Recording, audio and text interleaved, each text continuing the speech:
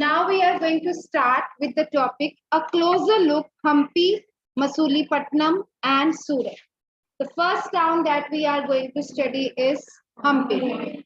The architectural splendor of Hampi. 1 mark question, 3 marks question, 5 marks question, very, very important. Hampi is located in the Krishna Tungabhadra basin. Basin पता है, the area that is drained by a particular river. तो जो हम्पी है ये कहाँ locate करता है? In the Krishna Tungabhadra basin. Location आ गई. Location of Hampi. Location of Hampi which formed the nucleus of the Vijayanagara empire. मतलब जब हम हम्पी की बात कर रहे हैं, अब यहाँ पे जैसे हमने तंजावर की बात की थी, तो वहां पे कौन से किंगडम की बात की गई थी? Cholas. Thanjavur was the capital of चोला. फिर हमने we studied about the Ajmer Rajasthan, Chauhan की कैपिटल थी. अब जो हम्पी है, this was the capital of Vijayanagara empire that was founded in 1336. Nucleus का मतलब होता है सेंटर. द मैग्निफिसेंट ruins, जो अब उसके ruins जो अब remains जो बच गए हैं हम्पी के, at Hampi reveal a well fortified city. What do you mean by fortified? Raise hand. What is the meaning of fortification? Yes, Aditya. Huge walls. The area that is covered by huge walls, and that walls might be built of stones, wood or bricks. ठीक है. No mortar or cementing agent was used. मतलब जो ये walls बनाई गई है, जो fortification किया गया है, इसमें जो bricks यूज की गई है या stones यूज किए गए हैं, इनको किसी के थ्रू फिक्स नहीं किया गया. Interlocking technique is use. जैसे आजकल हमारी स्ट्रीट्स में जो टाइल्स हो रही है, इंटरलॉकिंग टेक्निक्स है. आप अपने जैसे जिक्सा पजल होती है, वो पजल एक दूसरे में फिक्स करते हो, इंटरलॉक हो जाती है, वो जिक्सा पजल भी होती है. इवन अगर आप फ्लाईओवर्स पे देखो, समटाइम्स जो फ्लाईओवर्स है वहां पे वो प्रॉपर सीमेंटेड उन्होंने स्लैब्स वगैरह बनाई होती है. समटाइम्स दे जस्ट इंटरलॉक, बहुत बड़े बड़े ग्रिड्स होते हैं, तो उनको भी आपस में उन्होंने इंटरलॉक करके बनाया होता है. इंटरलॉकिंग का बेस्ट एग्जांपल है जो आज के टाइम पे स्ट्रीट्स है. जो स्ट्रीट्स है वो सीमेंटेड नहीं है. सीमेंटेड ना होके वहां पे अलग अलग ब्लॉक्स को आपस में जोड़ के बनाया गया, interlock. So it was used in the construction of these walls, and the technique followed was to the wedge them together by interlock. अब जो आर्किटेक्चर है, तो यहाँ पे जिस तरह से यहाँ पे कंस्ट्रक्शन की गई है, that was very distinctive. बहुत अलग है, हटके है. क्या था यहाँ पे? The buildings in the royal complex, जहाँ पे emperor रहा करता था, had splendid arches. हमने ऐसे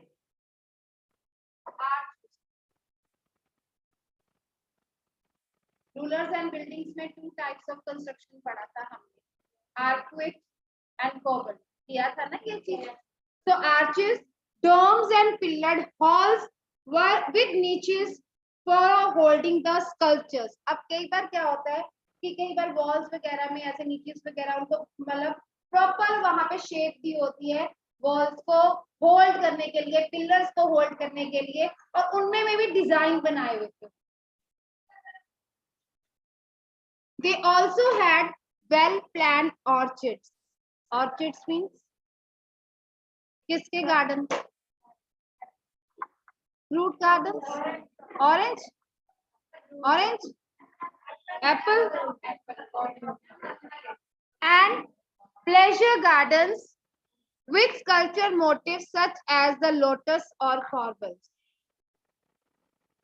In its heyday in the 15th-16th century, जब ये हम्पी बहुत ज्यादा फ्लरिश था, बहुत ज्यादा मतलब यहाँ पे प्रॉस्पेरिटी थी, heydays, Hampi bustles with the commercial activities. मतलब हम्पी एक एडमिनिस्ट्रेटिव टाउन भी था, हम्पी यहाँ पे कमर्शियल टाउन भी था. अब यहाँ पे कौन कौन ट्रेडर्स आते थे? Which traders attracted towards Hampi? Muslims merchant, Chetis and the agents of European traders. मतलब by this time तो यहाँ पे यूरोपियन ट्रेडर्स की अगर हम बात करें, मतलब ब्रिटिशर्स का आना, अगर हम कहें फ्रेंच जो थे उनका आना, ट्रेडर्स का आना, पोर्तुगीज का आना, they started coming towards India. और इंडिया में mostly why they were attracted, because of the most reason is cotton textile and in search of spices. Spices जो साउथ इंडिया है वो हमेशा से ही एक तरह से ट्रेड के लिए वो अट्रैक्टिव रहा है. यहाँ पे बहुत ज्यादा स्पाइसेस वगैरह होती हैं. Such as Portuguese thronged the market of Hampi. Portuguese sailors, the traders, they came over here and crowded. Throng मतलब crowded the markets of Hampi.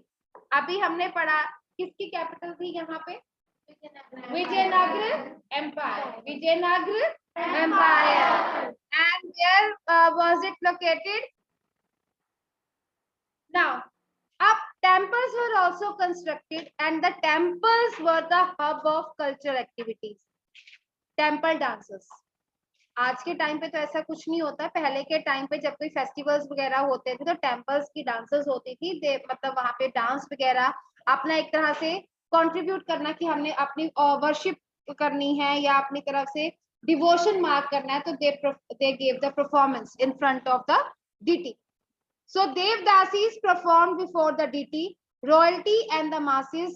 Many pillared halls in the Virupaksha temple. Hampi में famous temple कौन सी बात की गई है? Virupaksha temple. और जो ये टेम्पल जो यहाँ पे थे, they were the hub of culture activities.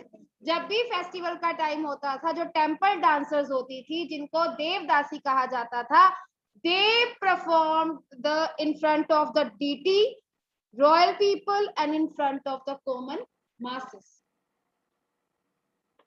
In the many pillared hall, मतलब जो हॉल, जो मेन कॉमन हॉल होता था, वहां पे काफी सारे पिलर्स हुआ करते थे. many pillared halls. अब कौन सा फेस्टिवल सेलिब्रेट करते थे? The Mahanavami festival, known today as Navratri. अभी भी present day time also we are having Navratri. 9 दिनों तक पूजा करते हैं. Mahanavami festival was celebrated today known as Navratri in South, was one of the most important festival. Temple, कौन से टेम्पल का नाम आया? Which temple? Virupaksha temple. Which temple? Capital of which empire? Capital of which empire? Located in the Krishna and Tungabhadra basin. और जो walls थी, that were constructed by using the technique of interlocking. कौन सी टेक्निक? Interlocking. Now celebrated at Hampi, archaeologists have found that the Mahanavami platform, अब वहां पे race platform भी हुआ करता था जहां पे किंग बैठा करता था, and he received the gift from the people. मतलब जो गेस्ट आए होते थे, जो कॉमनर्स होते थे, if they wanted to offer gifts to the king, तो वहां पे एक प्लेटफॉर्म था, महानवमी प्लेटफॉर्म, वहां पे बैठ के वो उनसे गिफ्ट को लिया करता था. Accepted the tribute from the subordinate chiefs. Tribute different from tax. Tribute different from tax. Tax का अमाउंट फिक्स्ड होता है, क्वांटिटी फिक्स्ड होती है, एक रेगुलर इंटरवल पे देना. ट्रिब्यूट विलिंगली, आप कम भी दे सकते हो, ज्यादा भी दे सकते हो. और ट्रिब्यूट ये हो जाता है कि in return you that ruler provided protection. जो आसपास के एरिया के जो चीफ्स होते हैं, they usually brought the tribute for the. मिलने आते तो अपने साथ कुछ गोल्ड, कोई प्रीशियस स्टोन्स, कोई जो फेमस क्लोथ्स वगैरह लेके आते किंग के लिए, रूलर के लिए. और इन रिटर्न उनको ये होता है कि that particular ruler provided them the protection. From here he also watched the dance and music performance as well as the wrestling bouts. मतलब जो वो एक प्लेटफॉर्म था, वहां से वो गिफ्ट भी रिसीव करा करता था, ट्रिब्यूट भी रिसीव किया करता था, और उसी प्लेटफॉर्म पे बैठ के वो डांस वगैरह भी देखा करता था, रेसलिंग्स वगैरह. कई बार देखे आपने, काफी बड़ा ओपन एरिया होता है और किंग की पोजीशन सबसे ऊपर रखी होती है. रेस प्लेटफॉर्म कई बार हम मूवीज वगैरह में भी देखते हैं, तो रेस प्लेटफॉर्म होता है. अब इतना फ्लरिश्ड ये सिटी था, सब कुछ बढ़िया था, आर्किटेक्चर इतना मार्वेलस था, टेम्पल्स भी थे, but this city also fail into decline. इसके र्यून्स है ना, इसके रिमेन्स मिले, उन रिमेन्स को स्टडी करके हमें पता लगा है अब ये डिक्लाइन क्यों हुआ।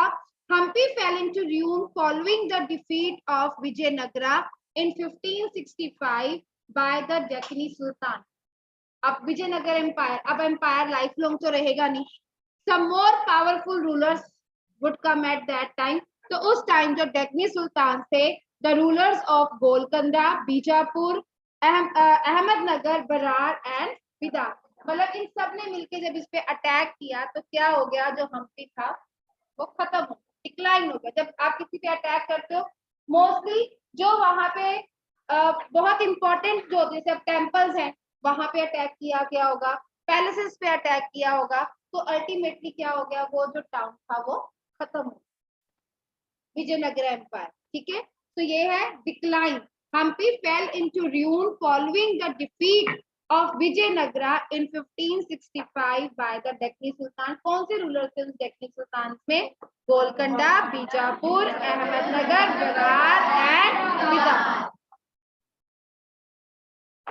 लोकेशन, आर्किटेक्चर, टेम्पल्स, सब कुछ अच्छा, पर ये भी एक एंड पे आए। That's why we are studying in the history. अभी भी कई बार जब अगर आप जाओ तो हम्पी में ये आप जो टेम्पल्स वगैरह हैं ये ruins अभी भी आप देख सकते हो, you can visit that. Now the next is a gateway to the west, west जाने का रास्ता सूरत। और प्रेजेंट टाइम में भी सूरत बहुत famous, it's not in the past only, in the present time Surat is famous. The Surat in Gujarat was the emporium of the Western trade. Here comes the define. Emporium क्या है? A place where goods from diverse production centers are brought and sold. एक ऐसा area जहाँ पे अलग-अलग area से सामान को लाके बेचा और खरीदा जाता। कोस्टल एरिया है गुजरात, ठीक है? It means traders came from the other areas also. Saudi Arabia से भी आते होंगे, हमारे कंट्री से भी आते होंगे, चाइना से भी आ जाते होंगे। So that was the place where the people they bought और sold the goods. During the Mughal period along the Cambay and somewhat later Ahmedabad, Surat was the gateway for the trade with West Asia. ऐसी जगह पे सूरत है जहां से वो वेस्ट एशिया के साथ ट्रेडिंग कर सकते थे। And via the Gulf of Hormuz, Surat has also been called the gate to Makkah. हज, जो मुस्लिम्स हैं वो हज पे जाते हैं, मक्का मदीना, ठीक है? Get to Mecca because many pilgrim ships here sail from here. यहाँ से सऊदी अरेबिया कोस्टल एरिया है ना, तो यहाँ से लोग क्या करते थे, शिप से यहाँ से निकल जाते थे सऊदी अरेबिया से, तो इसको कहा जाता था गेट टू द मक्का, मक्का जाने का रास्ता भी यहीं से। The city was cosmopolitan and the people of all caste and creeds lived there. अगर हम देखा जाए पंजाब में मोस्टली पंजाबी आते हैं। अगर आप चंडीगढ़ जाओगे, दिल्ली जाओगे, वहां पे आपको हर तरह के लोग देखते, हर एक रिलीजन के, हर एक कास्ट के और हर एक स्टेट के। आपको हिमाचली भी देखने को मिल जाएंगे, रेफ्यूजी भी देखने को मिल जाएंगे, आपको सिख भी देखने को मिल जाएंगे, सभी तरह के ना मिले जुले लोग देखते हैं। दैट इज कॉस्मोपॉलिटन, हर तरह। So city was cosmopolitan and the people of all caste and creed live here. हर एक एरिया से जो लोग थे they lived there. In the 17th century, the Portuguese, Dutch and the English had their factories and warehouses in Surat. Mughals के बाद जब ये European traders यहाँ पे आए, they set up their industries over here. अब जब इंडस्ट्री सेटअप की है तो वेयर हाउस भी सेट होंगे। वेयर हाउस क्या होता है? जहाँ पे वो सामान को स्टोर कर देंगे, डाउन्स वगैरह, वेयर हाउसेस, ठीक है? So they set up their factories over here and also constructed the warehouse. According to English Chronicle, Ovington, who wrote an account of the port in 1689, on an average 100 ships of different countries could be found anchored at the port at given time. इस time की बात कर रहे हैं 17th century में सूरत इतना famous था कि हर रोज यहाँ पे 100 से ज्यादा शिप यहाँ पे आते हैं फ्रॉम डिफरेंट लैंड्स. इतनी पॉपुलैरिटी ट्रेड पर्पस है. It means this town also attracted traders. कौन कौन आया? Portuguese, Dutch and English. There were also, अब यहाँ पे और क्या क्या था? There were several retail and wholesale shops of selling cotton textile. Surat अभी भी फेमस है फॉर कॉटन टेक्सटाइल. डायमंड्स के लिए भी फेमस है. Surat is still famous for the cotton textile and for the diamonds. और पहले मतलब पास्ट में भी इसी चीज के लिए फेमस रहा है, सेलिंग कॉटन टेक्सटाइल. अब यहाँ पे एक स्पेशल टाइप का वर्क होता है, zari work, golden lace border work. So the textile of Surat were famous for the gold lace borders. उनको कहा जाता है जरी. और मम्मा कहते हैं जरी की साड़ी. जरी का मतलब जहाँ पे गोल्डन थ्रेड से काम किया जाता है. Had a market in West Asia, Africa and Europe. The state built numerous rest houses. Rest houses किस लिए बनाए गए होंगे? ट्रेडर्स आ रहे थे. अब ट्रेडर आ रहे हैं तो वहां पे उनको अब ये ना लैंड दे देंगे, अपना घर बना लो. वो कहीं तो रुकेंगे ना. By the time when they were doing the trade, तो rest houses were built. Ashoka के टाइम पे पड़ा था ना, he built rest houses to take care of the needs of the people from all over the world who came to the city. अब क्यों आएंगे सारी जगह से लोग यहाँ पे? ट्रेडिंग करने के लिए. क्या ट्रेडिंग? टेक्सटाइल है, फेमस है, गोल्ड लेस बॉर्डर, जरी वर्क होता है. That's why they came over here. और जब वो यहाँ पे ट्रेडिंग करने आएंगे, अपनी जगह से भी कुछ चीजें लेकर आएंगे. यहाँ से कॉटन लेके जाएंगे और वहां से जो अपनी एरिया की फेमस चीजें वो लाके सूरत में बेचेंगे. दैट्स व्हाई जो हमने स्टार्टिंग की थी, Surat in Gujarat was the emporium. Emporium का मतलब बताया था, a place where goods from diverse production, अलग अलग एरिया से सामान लाके वहां पे खरीदा और बेचा जाता. Now, there were magnificent buildings and innumerable pleasure parks. यहाँ पे भी हम्पी की तरह बिल्डिंग्स बनाई गई, प्लेजर पार्क्स बने हुए थे. अब द काठियावाड़ सेठ्स एंड महाजन. अब इतना ट्रेड हो रहा है, ट्रेड होने के लिए कहीं से तो पैसे वगैरह, मनी लैंडर से पैसे वगैरह लेने हैं. So this concept was also there. Kathiawar सेठ और महाजन had a huge banking houses. हमारे यहाँ पे क्या है? अब बैंक्स हैं, एक्सिस बैंक है, पंजाब नेशनल बैंक है, कोऑपरेटिव बैंक है ना. अब हमारे पास जो है, there is no need to carry money. आप so many आपके online transactions you can make. आपके पास प्लास्टिक मनी है, क्रेडिट कार्ड है, डेबिट कार्ड है, that you can use for the trading purpose. But at that time specific community was there जो in banking services को provide कर रही थी. That community was Kathiawar सेठ और महाजन. Had a huge banking houses at Surat. It is noteworthy, ये notice करने वाली बात है, that the Surat Hundis were honored in the far off markets of Cairo in Egypt, Basra in Iraq and Antwerp in Belgium. अब नया एक और term आई है, हुंडीज. हुंडी क्या है? It is a note recording, कि एक नोट पे रिकॉर्ड किया जाता है, deposit made by a person. इस पर्सन ने हमारे पास मनी डिपॉजिट करवा दी, इसकी मनी हमारे पास है, वो एक रिटर्न स्लिप उस पे आ जाएगा, स्लिप पे. एंड द अमाउंट डिपॉजिटेड, जो भी अमाउंट जहां उन्होंने डिपॉजिट किया है, that can be claimed at some other place. आप वहां पे जाके वो रिसीट दिखाओगे और आपको वहां पे वो अमाउंट मिल जाए. Place by presenting the record of the deposit. आपने एक जगह पे अपना अमाउंट डिपॉजिट करवाया, आपको वो रिसीट मिल गई, वो रिसीट आप जहां पे कहीं पे भी जाके दिखाओगे तो वो आपको अमाउंट वहां पे मिल जाए. और ये जो सूरत में जो हुंडीज बनती थी, उसकी कहाँ कहाँ वैल्यू थी? देखो, इंडिया में तो छोड़ो, बाहर भी उसकी वैल्यू थी. That is the Cairo in Egypt, Basra in Iraq, and the Antwerp in Belgium. मतलब traders, those who were coming there, those who come from that area, उसकी वैल्यू वहां पे थी. अब एम्पोरियम था, कॉटन टेक्सटाइल के लिए फेमस था. यहाँ पे पोर्टुगीज, डच और इंग्लिश भी यहाँ पे आए. उन्होंने अपनी फैक्ट्री सेटअप की, वेयर हाउसेस बनाए, पर दिस टाउन ऑल्सो डिक्लाइन. क्या था? However, Surat began to decline towards the end of 17th century. 17th century के end तक आते आते सूरत जो है डिक्लाइन होने लग गया. ऐसा क्यों हुआ? This was because of many factors. पहला factor, the loss of market and productivity because of the decline of Mughal Empire. जैसे जैसे क्योंकि by the time Mughal empire के जो सक्सेसर्स थे वो भी इतने कैपेबल नहीं थे, तो धीरे धीरे जो इनकी मार्केट की पोजीशन थी, जो प्रोडक्टिविटी थी, वो कम होनी शुरू हो गई. सेकेंड रीजन क्या था? Control of the sea routes.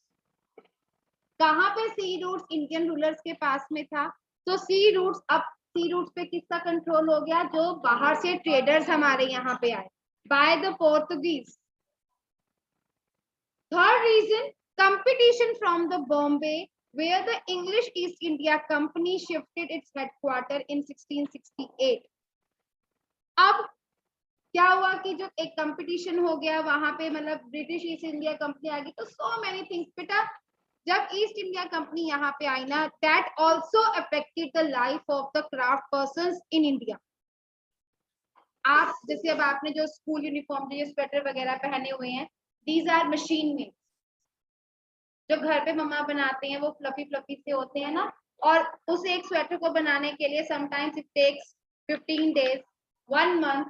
जिनकी स्पीड ज्यादा तो 1 week में भी कर देते. पर मशीन पे क्या होगा, एक बार मतलब जो रिक्वायरमेंट जो भी उनका होता है, तो they are able to do the work very fast, बहुत जल्दी. और जो क्वालिटी है, मतलब एक तरह से वो सॉफ्ट भी है, ठीक है, और थोड़ा चीप भी है, सस्ते भी हैं as compare to the handmade. जो हैंडमेड गुड्स होती है ना, that are always costlier than the machine made goods.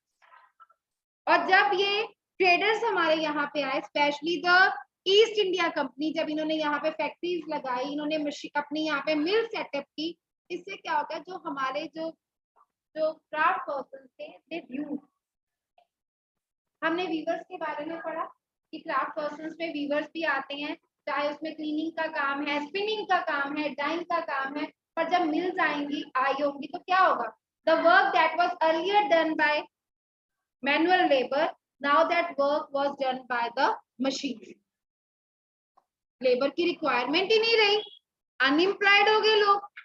फिर कहा गया हमारे फार्मर्स को, आप तो कॉटन ही ग्रो करोगे. वीवर्स को कहा गया, आप पर्टिकुलर डिजाइन नहीं बनाओगे, पर्टिकुलर कलर ही यूज करोगे, जो हमने ऑर्डर दे दिया वो ही आप बनाओगे, उसके अलावा आप कुछ नहीं बनाओगे. इंडिपेंडेंस चली गई. कहाँ वो अपनी मर्जी का काम कर रहे थे, अपनी मर्जी से क्रॉप ग्रो कर रहे थे. तो इस तरह से जो ट्रेडर्स आए, उन्होंने हम पे ये चीजें इम्पोज करनी शुरू कर. और यहाँ से धीरे धीरे कॉन्सेप्ट हो गया, जो आप 8th में जाके पढ़ोगे ना, अभी तो मिडिवल हमने सिर्फ स्टार्टिंग की है, कि बीइंग अ ट्रेडर, जब वो यहाँ पे आए, वो ट्रेडिंग के पर्पस से ही आए. दे अट्रैक्टेड कि यहाँ पे टेक्सटाइल बहुत अच्छा है, यहाँ पे स्पाइसेस बहुत अच्छी हैं, चलो यहाँ पे ट्रेड कर. ट्रेड करते करते फैक्ट्रीज बना ली, वेयर हाउसेस बना लिए, ठीक है. अब यहाँ पे पॉलिटिकली कंट्रोल करते हैं इस एरिया. पॉलिटिकली कंट्रोल, जो आपने मेरे को लगता है सुना होगा, battle of Buxar, battle of Plassey, Bengal की बैटल, मतलब यहाँ पे पड़ी होंगी. तो वहां से इनका कंट्रोल और बढ़ना शुरू हो गया, politically they started interfere. So these were the reasons that जो सूरत था वो डिक्लाइन होना शुरू हुआ. Is that clear?